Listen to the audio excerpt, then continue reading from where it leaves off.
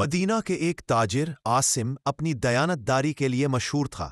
ایک دن بازار میں ایک اجنبی اس کے پاس آیا اور کہنے لگا، میں مسافر ہوں، میرے پاس ایک چھوٹا سا صندوق ہے، میں چند دن کے لیے شہر سے باہر جا رہا ہوں، اسے امانت کے طور پر رکھ لو۔ عاصم نے بغیر کسی سوال کے امانت قبول کر لی۔